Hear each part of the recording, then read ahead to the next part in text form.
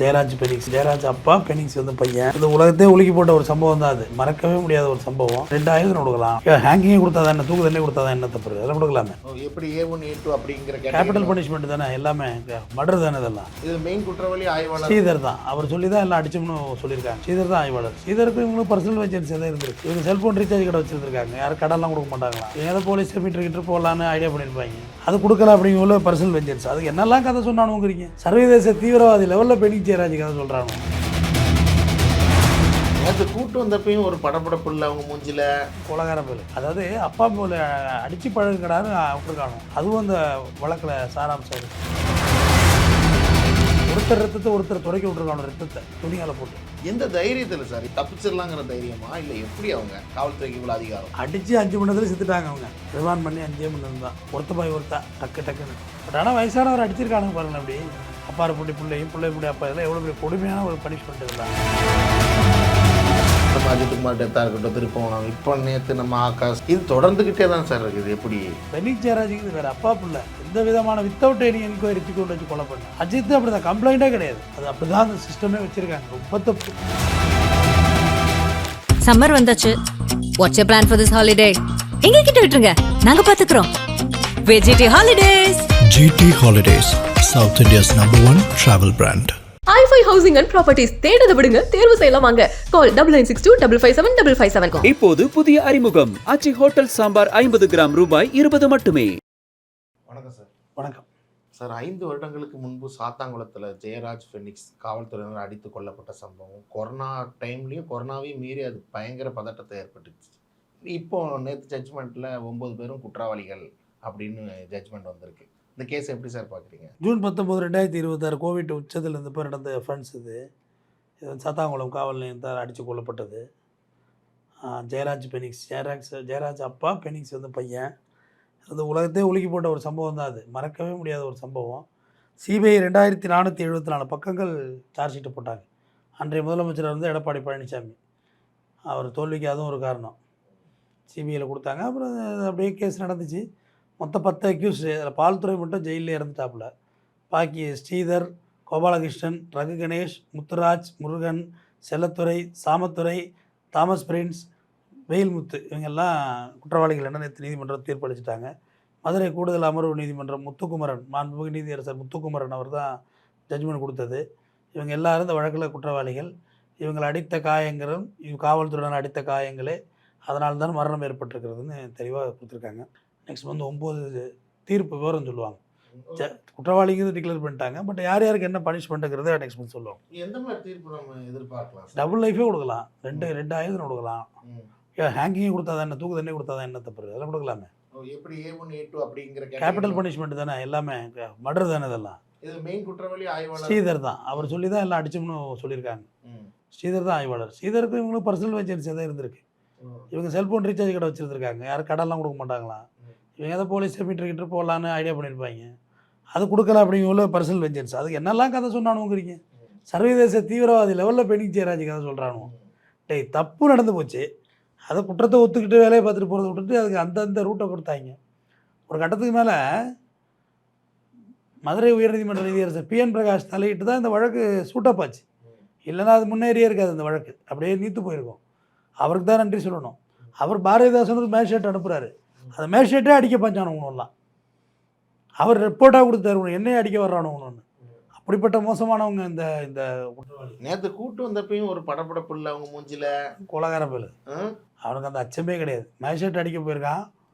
அதாவது அப்பா போல அடித்து பழகுறான்னு விட்டுருக்கானோ, அதுவும் அந்த வழக்கில் சாராம்சம் இருக்குது.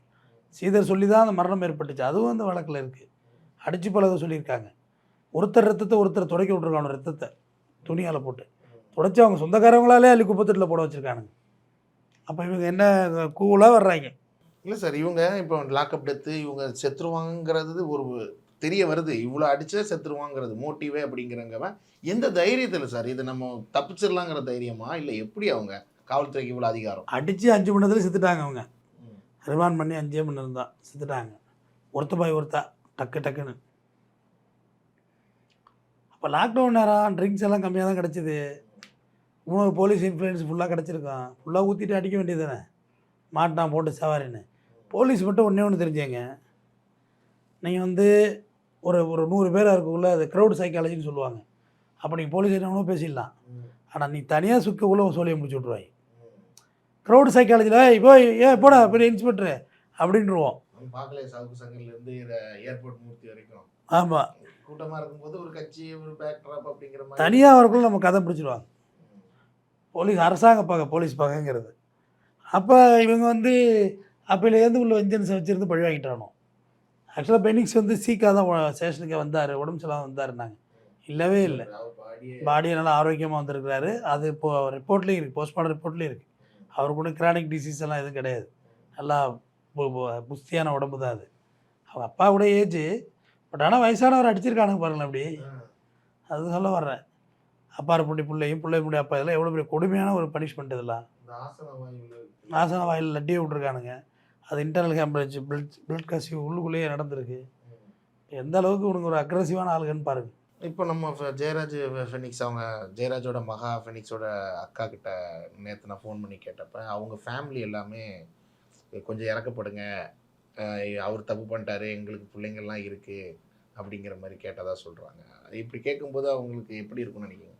அப்படி அவங்க என்ன ஜட்ஜ்மெண்ட் அவ்வளோது, அவங்க யார் அவ்வளோதான். இல்லை இவங்களா பார்த்து வாபஸ் அதெல்லாம் முடியுது. என்ன வாபஸ் வாங்குறது? என்ன இது கொடுக்கல் வாங்கல் பஞ்சாயத்து தான் வாபஸ் வாங்குறதுக்கு? பணம் கொடுத்துட்டான், செட்டில் பண்ணிட்டான், கேஸ் எடுத்துட்டா பண்ணுங்கன்னு. அதுக்கெல்லாம் இங்கே there is no way. Case முடிஞ்சுது, அவ்வளோதான். அது அத்தனை பேருக்கு தண்டனை தான். தண்டனையில் முன்ன பின்ன இருக்கும், மற்றபடி அத்தனை பேர் பனிஷ்மெண்ட் ஆக போகிறான். உனக்கு கிராஜுவேட் எல்லாம் காலி, இவனும் ஆட்டம் காலி. கவர்மெண்ட்டு தான் உனக்கு ஒரு வேலை கொடுக்குது இல்லை, பொத்திட்டு வேலை பார்க்கலாம்ல. ஸ்ரீதருக்கெல்லாம் பெயிலே கொடுக்கலையே. கடைசியாக ஹாஸ்பிட்டல் போகிறதுக்கு வாங்கினாப்புல, அது பெயிலுங்களில் சுப்ரீம் கோர்ட் போய் வாங்கினாரு. ட்ரீட்மெண்ட் முடிச்சுட்டு ஜெயிலுக்கு போயிடணுன்னாங்க. அதே மாதிரி ட்ரீட்மெண்ட் முடிச்சு ஜெயிலுக்கு போயிட்டார். இவங்க போலீஸுங்கிறனால அங்கே ஜெயிலில் கொஞ்சம் அந்த இதெல்லாம் இருக்கும் வாய்ப்பு இருக்கா? மீன் மற்ற நம்மலாம் போனோம்னா அடி பண்ணிடுவாங்கன்னு சொல்லுவாங்க. இவங்கெல்லாம் போனால் அந்த மாதிரியான ஒரு அப்படி இருக்குது. இவர் சீனியராக இருக்குள்ள அந்த ஜூனியர்கிட்ட ஏதாவது டார்ச்சர் பண்ணியிருப்பார்ல, அவர் 8 ஏஎஸ் ஆகிட்ட. அவங்களாம் ப்ரமோஷன் ஆகி உள்ளே வந்திருப்பாங்க.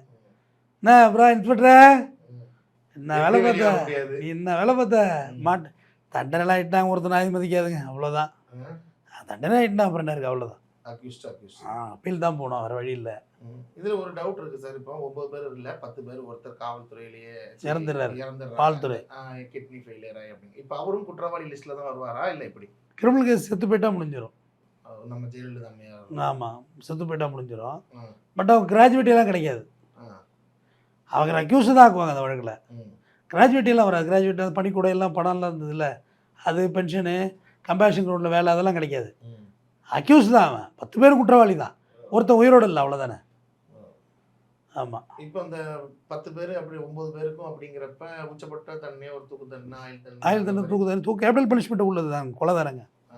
இப்போ நம்ம மதுரை அமர்வு நீதிமன்றம் தான் சார் விசாரணை நடத்திருக்கு. இன்கேஸ் அவங்க திரும்ப சுப்ரீம் கோர்ட்லாம் போகலாம், ஹைகோர்ட்டு போகலாம், ஹைகோர்ட்டு சுப்ரீம் கோர்ட் போகலாம், அப்பீல் போகலாம் குடும்பத்திலேருந்து. அப்பவும் என்ன மாதிரி ஜட்ஜ்மெண்ட்? ஏன்னா ரெக்கார்டு அது சொல்ல முடியாது. அதெல்லாம் வேரியஸ் ஜட்ஜஸ், அதெல்லாம் நீதிபதிகளோட அவங்க கண்பார்வைக்கு முன்னாடி போகிறது. ஜட்ஜஸை பொறுத்தவரைக்கும் எனக்கு முன்னாடி இருக்க பேப்பருக்கு தான் பனிஷ்மெண்ட்டு. ஆனால் இதை பொறுத்தவரைக்கும் தண்டனை தான் ஆகணும். மேஜிஸ்ட்ரேட்டோட ரெக்கார்ட்லாம் இருக்குது. ரேவதினு காவல் நிலையத்தில் இருந்த ஒரு ஏட்டம்மா, அவங்களாம் 48 சாட்சியும் யாரும் ஆஸ்திரேலியா ஆகலை, பிறர் சாட்சி ஆகலை, தெளிவாக சொல்லியிருக்காங்க. ஸோ கண்டிப்பாக தண்டனை ஆகும். Okay sir. இப்போ ஒரு பிரச்சனை நடக்க அப்படின்னா உடனே அந்த தண்டனையை கொடுத்தோம்னா அதுக்கான ஒரு இது இருக்கும். 5 வருஷம் கழிச்சு அப்படிங்கிறப்ப அவங்களே ஓஞ்சி அந்த விஷயத்த மறந்து, அது ஏன்னா தாமதமாக கிடைக்கிற தண்டனை கூட அது பெரிய சிஸ்டம் மறக்காதில்ல. அவங்க மறந்துடலாம். உங்கள் வீட்டில் மறந்துட்டீங்க, வடை சாப்பிட்டு 14 காரியம் பண்ணிட்டு 14 இப்போ சோறுக்கு காரியம் சோறு தின்ட்டு போயிருப்பீங்க. சிஸ்டம் எப்படி விட்டுட்டு போவோம்? இது நம்ம நாட்டில் ஒரு தவறாக முட்டாள்தனமாக பேசுகிற ஒரு மித்து. இது லேட்டாக கிடைக்குது, லேட்டாக தான் கிடைக்கும் ஜனநாயக நாட்டில். அவசரப்பட்டு தண்டனை கொடுத்து தப்பான தண்டனை கொடுத்துட்டாங்க, ஆனால் அதே அப்பீல் எடுத்துகிட்டு போவான். ஐயா ஒரே வருஷத்தில் கேஸ் நடத்தி தண்டனை கொடுத்துட்டாங்க ஐயா, சரியாக விசாரிக்கலன்ட்டு போவான். அப்போ அதுவே விடுதலை ஆகிறது ஒரு சான்ஸ் ஆகிடும். அதெல்லாம் அப்படிலாம் இதெல்லாம் தவறான விஷயம். 5 வருஷங்கிறது நல்ல ஒரு அருமையான பீரியட் தான். இதுக்கு மேலெல்லாம் ஷார்ட்டாக நடத்த 48 சாட்சி 10 அக்யூஸ் எப்படி நடத்துவீங்க? சாட்சி ஏற்றணும்லங்க. ஒரு நாளைக்கு 5 சாட்சி ஏற்ற முடியுமா? ஏற்றுங்க, 5 சாட்சி ஏற்றி பாருங்கள். ஸ்பீடப் பண்ணி ஒரு வருஷத்துலாம் கேஸ் நடத்துகிற கேஸெல்லாம் விரட்டி பிடிக்கிறாங்க. இதுவே நீதிபதி முத்துக்குமரன், மாண்புமிகு நீதிபதி முத்துக்குமரனோட வேகத்தினால தான் கேஸ் முடியுது. இவங்க இழுத்தாங்க, யார் ஸ்ரீதர்லாம் இழுத்தாப்புல. அதான் பெயில் கேட்டப்ப நீ வரக்குள்ளே சல்யூட் அடிக்கிறாங்க எல்லோரும். உனக்கு நீ போலீஸாகவே தான் வாழ்கிற, நீ அக்யூஸ் ஆகவே இல்லை, நீ வெளியே போனால் இல்லாத வேலையெல்லாம் பண்ணுவா, நீ உள்ளே இரு அப்படின்னு சொல்லி தான் முடித்தாங்க, பெயிலே கொடுக்கல. Okay sir. இப்போ லாக்அப் டெத்து நம்ம அந்த சாத்தாங்குளத்துக்கு அப்புறம் சரி அப்படிங்கிறத பார்க்குறோம். ஒரு பலமான நல்ல பெரிய உச்சபட்ச தண்டனை கொடுத்தா தான் அந்த லாக்அப் மரணங்கள் குறையும் அப்படிங்கிறது மக்களோட எதிர்பார்ப்பு.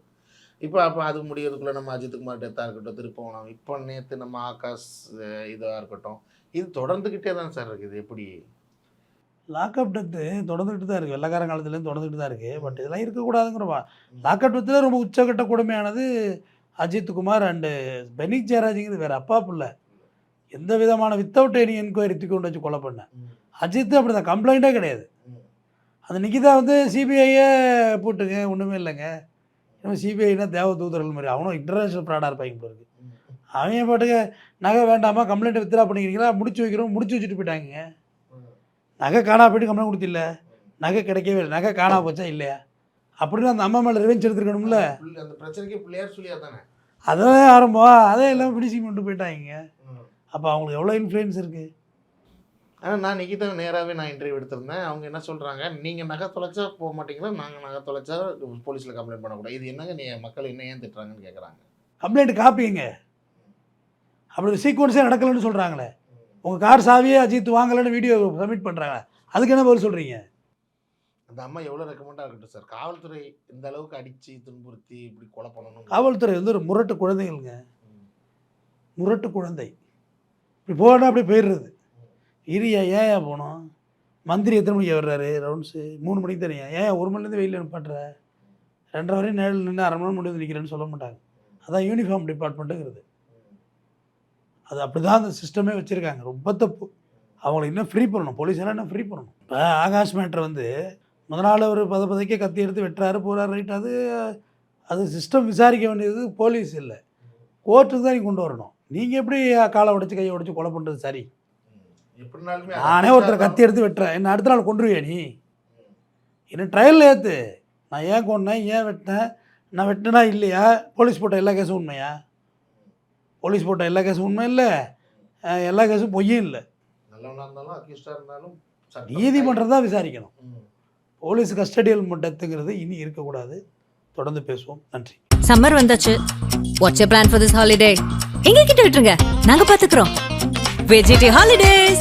GT Holidays, South India's #1 travel brand. i5 housing and properties தேடுத விடுங்க, தேர்வு செய்யலாம் வாங்க.